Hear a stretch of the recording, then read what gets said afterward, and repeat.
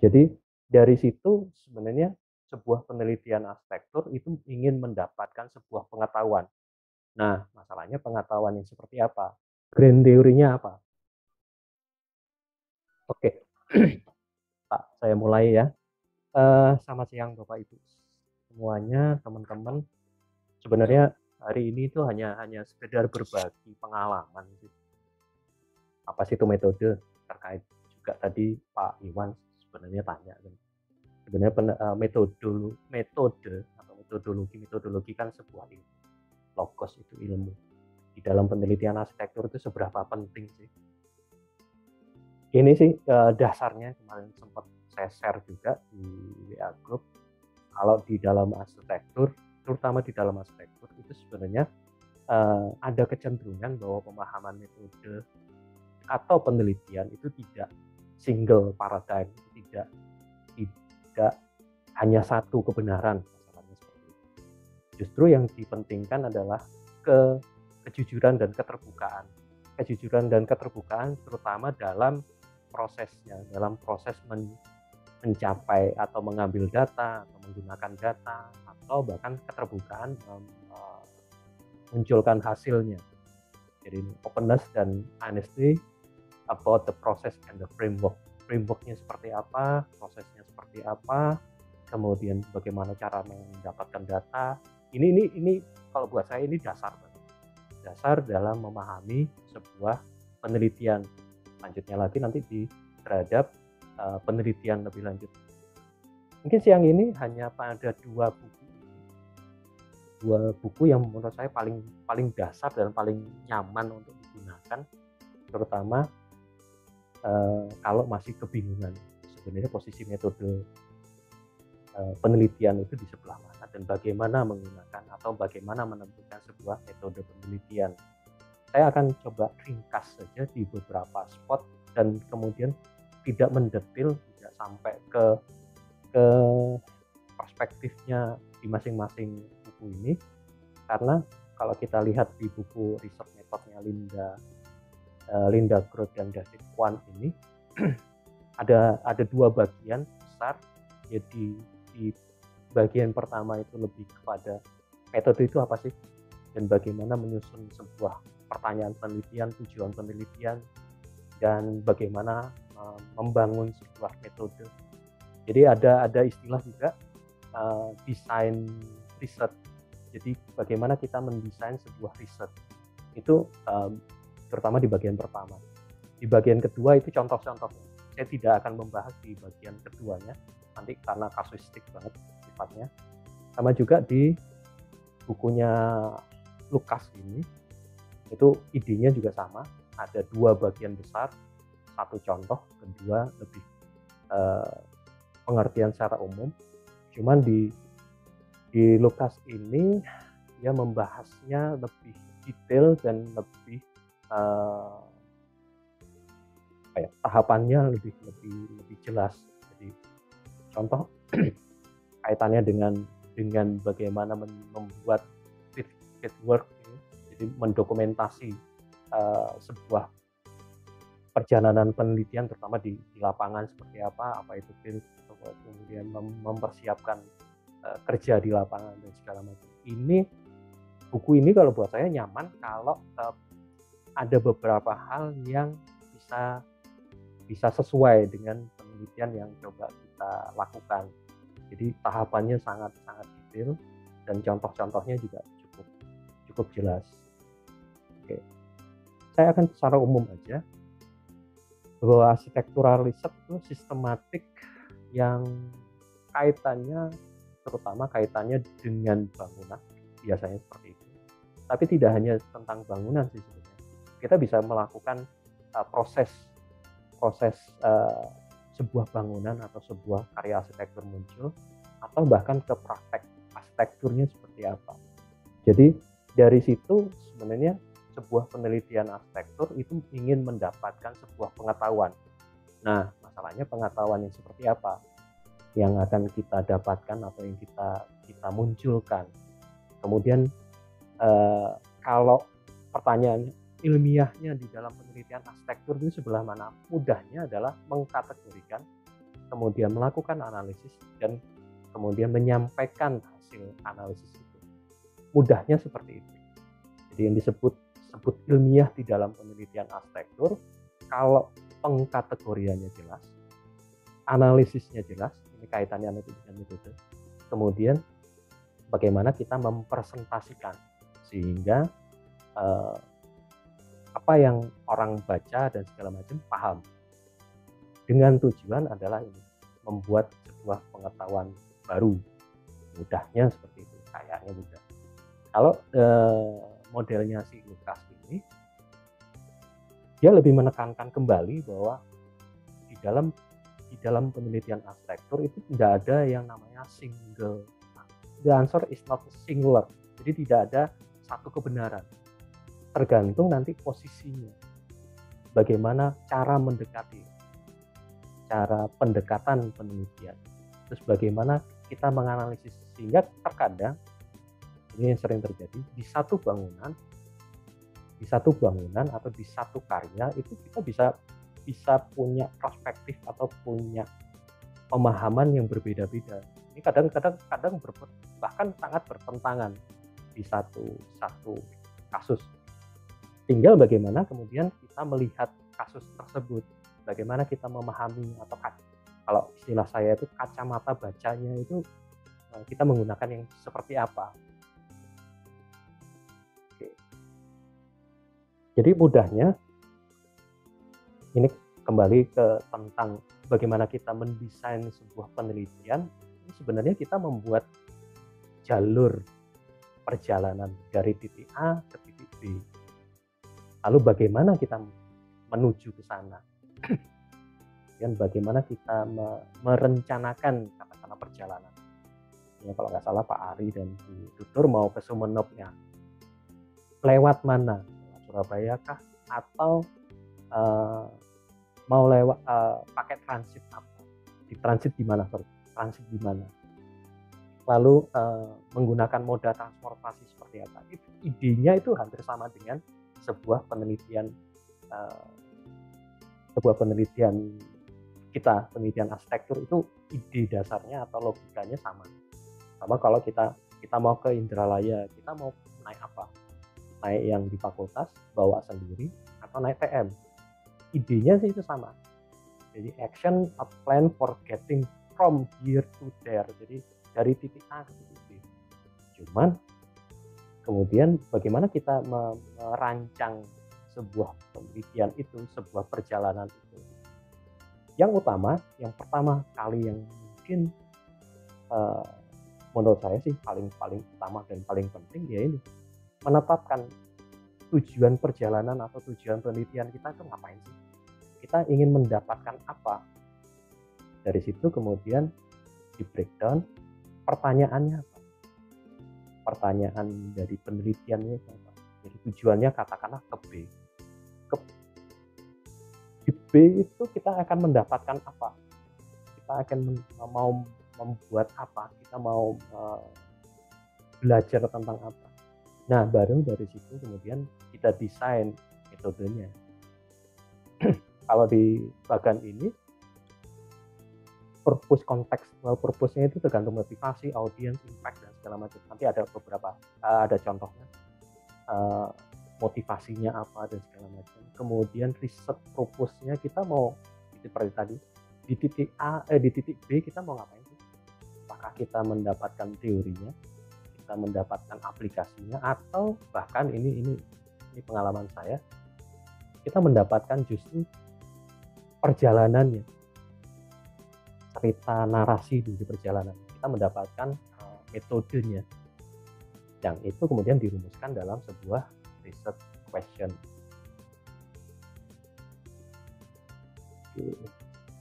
Sama juga sih di bukunya Lukas juga mendefinisikan research question itu menjadi permasalahan tersendiri. Bahkan ada sebenarnya kita bisa pecah lagi bagaimana mendapatkan, jadi purpose kita atau tujuan kita justru bagaimana mendapatkan pertanyaan penelitian. Pertanyaan penelitian kan tidak se-flat ini, tapi kita bisa memperkirakan bagaimana perjalanannya dan segala macam, apa kendalanya dan segala macam. itu bisa menjadi sebuah tanda kutip penelitian tersendiri. Jadi setiap tahapan, kalau mundur, setiap tahapan ini dari titik A ke titik B ini bisa menjadi sebuah penelitian kecil.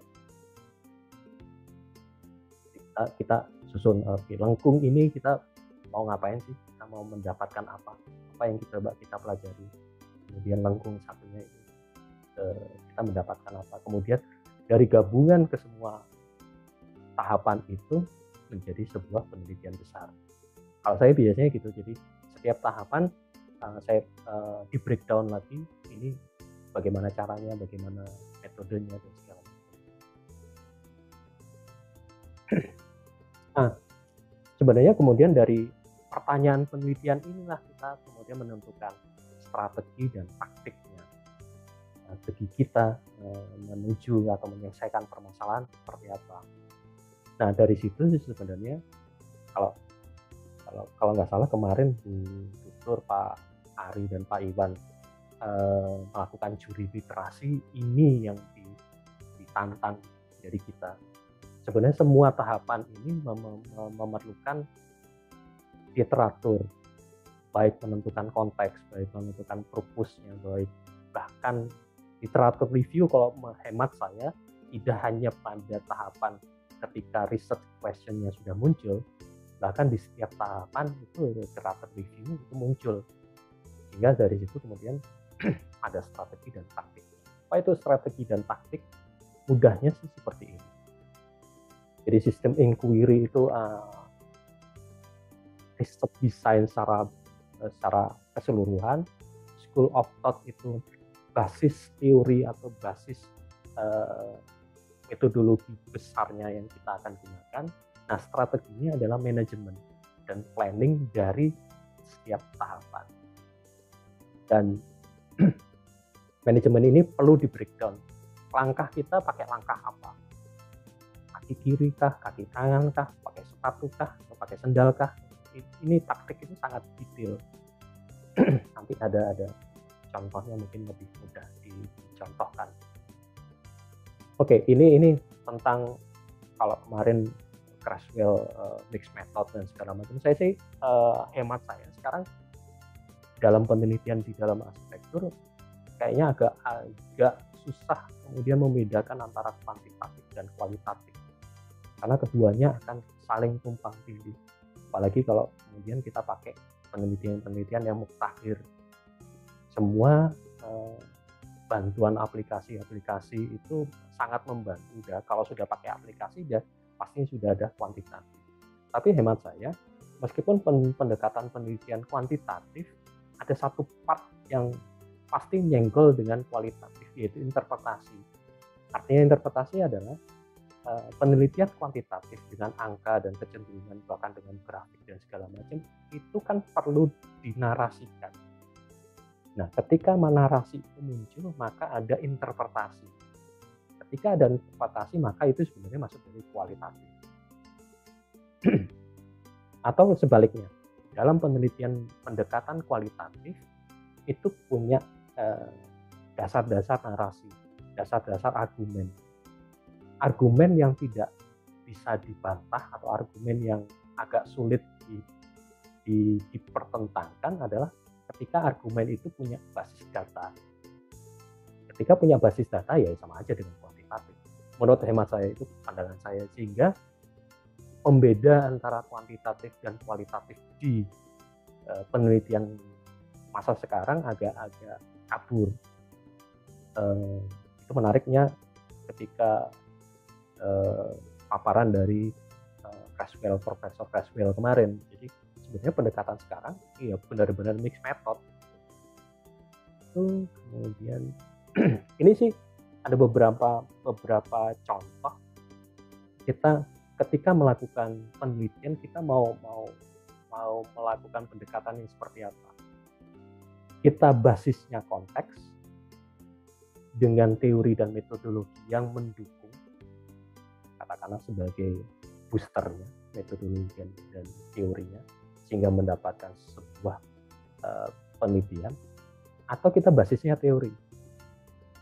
teori grand teorinya ini kalau di S3 selalu saya tanyakan grand teorinya apa, sehingga metodologi dan teori pendampingnya seperti apa, atau kita justru pada bongkar temuan dari sebuah penelitian bisa sebuah metodologi, bisa juga. Kemudian konteksnya apa, kenapa ini kalau penelitian grounded research itu biasanya metodologinya justru kita create, dijahit sendiri. Meskipun di sini juga bisa aja dalam pendekatan konteks atau pendekatan teori, metodologi kadang perlu dijahit juga, dicocok. Kita meminjam ilmu lain kemudian kita sesuaikan. Oke. Sedikit pamer, meskipun udah lama sih 2011. Sedikit pamer karena saya pahamnya ini, saya mungkin nggak ambil yang lain. Paham yang ini untuk menjelaskan penjelasan teoretik tadi.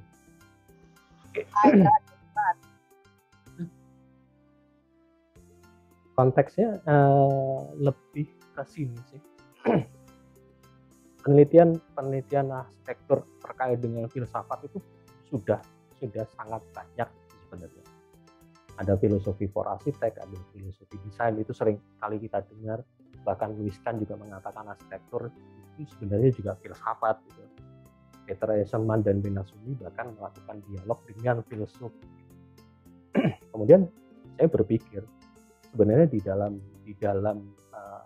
arsitektur itu ada enggak terutama di dalam arsitektur vernakular tradisional punya di Indonesia ini. Maka kasusnya adalah arsitektur Jawa sebagai kasus. Tapi utamanya sebenarnya saya mau belajar tentang, atau tujuannya mau belajar tentang bagaimana sih memahami atau melihat arsitektur justru dari sudut pandang filsafatnya. Memahami arsitektur justru dari sudut pandang cara berpikir filosofinya di masyarakat. Oke. Sebenarnya skema penelitiannya nggak terlalu ribet. Ada dua sisi. Yang sebelah kiri itu lebih ke teoretik, dan yang sebelah kanan justru pada membangun teorinya supaya bisa didiskusikan. Sebuah diskusi terjadi kalau kedua kubu itu punya level yang sama. Di level yang di sini itu sudah terjadi, sudah ada kaitannya dengan terutama filsafat arsitektur Heidegger. Nanti ada penjelasannya kenapa saya pilih Heidegger. Sehingga tujuannya adalah ada diskusi yang setara. Tujuan besarnya makanya di tahap 4 yang kemudian nanti di ujungnya adalah apa beda dan kesamaan di dalam filsafat arsitektur di Jawa dan yang terutama di luar. Nah, grand theory yang saya pakai itu adalah grand theory dari Zoetmulder. Ini disertasi beliau yang kemudian dibahasa Indonesiakan oleh Tomotic Hartoko. Dan Zoetmulder saya juga harus cek backgroundnya apa. Dia pasti seorang rohaniawan, kemudian dia sastrawan juga. Dia memahami Jawa itu cukup dalam, sehingga pemilihan grand theory atau pemilihan cara berpikir seseorang, saya juga lihat backgroundnya, kenapa dia memunculkan ini. Dan ternyata buku atau disertasi ini itu melandasi perjalanan berikutnya. Jadi ini sebuah proses berikutnya. Itu kajian dasarnya, ini pemilihan grand theory. Kemudian bagaimana kaitan antara arsitektur dan filsafat. Nah, skema ini yang saya munculkan. Jadi ada filsuf, ada arsitek. Arsitek dalam pengertian ada teori arsitek, ada praksisnya, ada prakteknya. Jadi ada seorang teori arsitektur yang melandasi cara berpikirnya dari filsuf itu. Kemudian ada arsitek praktek, profesional arsitek yang melandasi baik oleh filsuf maupun dari si teori itu. Dan secara literatur itu banyak banget, seri Thinkers for Architect itu banyak banget. Nah, itu kemudian saya memilih hanya tokoh ini, jadi Heidegger dengan segala macam tulisannya. Jujur sekarang saya nggak hafal. Ini secara filsuf, terutama pemahaman kenapa si Heidegger itu dekat dengan arsitektur. Itu karena ada satu tulisannya judulnya Building Dwelling Thinking. Ini secara mudah bisa ditransformasikan atau dipinjam ke dalam dunia arsitektur. Secara teori ada yang disebut seorang namanya Noverskool, ada beberapa bukunya yang secara eksplisit, jadi tertulis bahwa dia mengacu pada pemikirannya Heidegger. Kemudian secara arsitektural ada Peter Zumthor yang mengacu ke Noverskool dan Heidegger. Jadi ini tertulis tegas di beberapa pernyataan di buku maupun di paper-papernya. Jadi itu menjadi dasar hubungan antara filsuf, arsitek teori, dan arsitek praktek. Itu beres, di sisi kiri beres. Nah, kemudian masuk ke sisi yang kanan. Saya harus melakukan rekonstruksi filsafat Jawa karena apa yang dibuat oleh Zoetmulder ini basisnya adalah satu sastra, kedua pada spiritualitas. Jadi ilmunya bukan ilmu arsitek kasarannya, dan harus dicek kembali. Itu kenapa ada tradisi tulis dan ada tradisi tanpa tulisan, karena basis dari konsep Manunggaling ini adalah sebuah cerita, yaitu di Serat Dewa Ruci yang tertulis, dan yang di sini adalah disertasi tahun 67 tentang sejarah dari Serat Dewa Ruci. Jadi Serat Dewa Ruci itu ada beberapa macam versi yang saya harus bongkar satu persatu. Kemudian tradisi tanpa tulisan, saya ngambil pagelaran wayang yang bentuknya audio kaset oleh seorang dalang, Ki Nator Fadlo. Kenapa Ki Nator Fadlo? Karena dia bukan mengacu pada gagrak itu masab Solo atau masab Jogja, dia berada di tengah sehingga bisa mewakili keseluruhan. Itu yang kemudian dibongkar satu persatu, dilihat. Kemudian untuk melakukan ini memang saya meminjam metodologi dari sastra dan metodologi dari musik. Terutama di sini saya pinjam dari metodologi musik. Ada satu disertasi namanya berjudul Rosso, orang luar negeri, dia melakukan pemilahan, melakukan identifikasi dengan indikatornya. Indikator itu yang saya pakai. Sedangkan di sini pakai sejarah, pakai metode. Kalau kemarin ada bahasan tentang konten analisis, ya saya pakai konten analisis, dibongkar, kemudian ditemukan. Dari situ, ini masih di ranah sastra ya, sastra, musik dan segala macam. Dari situ kemudian keluar ada istilah ini, Panunggaling, Pamoring, masih di sastra. Kemudian saya melakukan peminjaman kajian etimologi atau akar kata. Jadi Manunggaling, Pamoring itu asal katanya apa aja sih? Bongkar detil, ketemu asalnya. Jadi sebuah proses menyatu, bukan pada produk satunya atau tunggalnya. Jadi tunggal itu punya pemahaman sebuah proses. Dari sebuah proses itu baru ketemu di karya konsep di arsitektur. Jadi pengetahuan arsitektur Jawa. Di Gunungan ini memandangnya adalah sebuah proses.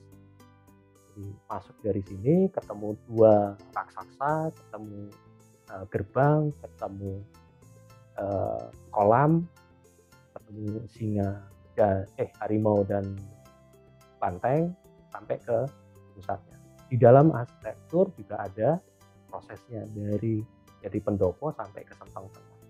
Jadi itu konsep berpikirnya secara besar dari sastra dan etimologi, bertemu dengan konsep secara pengetahuan arsitektur Jawa. Dari situ kemudian dilakukan cross check, benar enggak di kasus-kasus arsitektur itu ada tiga jenis kasus, yaitu petilasan makam, kemudian kebetulan saya ambil petilasan makam Sunan Bayat di Klaten, kemudian event grebek Maulud di Jogja dan di Solo. Kebetulan waktunya itu beda hari, jadi saya bisa dua-duanya saya ambil grebek Mauludnya. Kemudian di rumah saya ngambil di Klaten. Kembali lagi kenapa di Klaten, karena dia perbatasan antara Solo dan Jogja.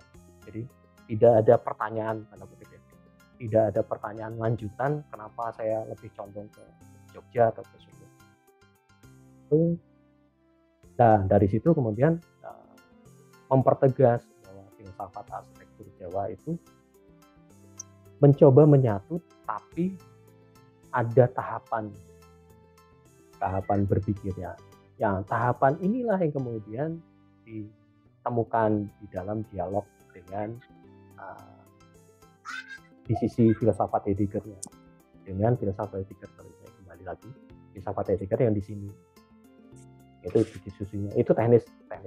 Cuman yang saya coba munculkan di sini sebagai kasus, bahwa kasus disertasi ini ada yang meminjam dari sastra, ada yang meminjam dari ilmu musikologi, terutama musikologi Jawa, gamelan, dan kemudian meminjam dari studi filsafat. Intinya adalah ini, yang dilakukan bukan pada filosofi of arsitektur, tapi arsitektural filosofi, untuk memahami apa sih makna dalam kasus ini adalah makna arsitektur Jawa dari sudut pandang cara berpikir masyarakat Jawa itu sendiri. Jadi kesesuaian antara berpikir filosofi dengan bangunannya, dengan karyanya, dengan pengetahuan. Jadi itu yang bisa saya sampaikan untuk siang ini. Saya sih berharap ada diskusi lanjutan, karena kalau kembali ke pertanyaan Pak Iwan tadi, pasti gunanya metodologi. Memang metodologi itu kadang penting, kadang enggak, kadang menjadi krusial, kadang enggak. Tinggal bagaimana kita memahaminya. Kita mau ngapain sih? Kita melakukan ini untuk tujuannya apa? Dan itu sebenarnya dari metodologi kita bisa tahu, oke, kalau langkahnya seperti ini kita akan menghasilkan seperti ini. Dan kemudian bisa menjadi feedback dalam proses perjalanan lebih lanjut. Itu dari saya. Terima kasih banyak. Maaf kalau agak membuat pusing. Terima kasih.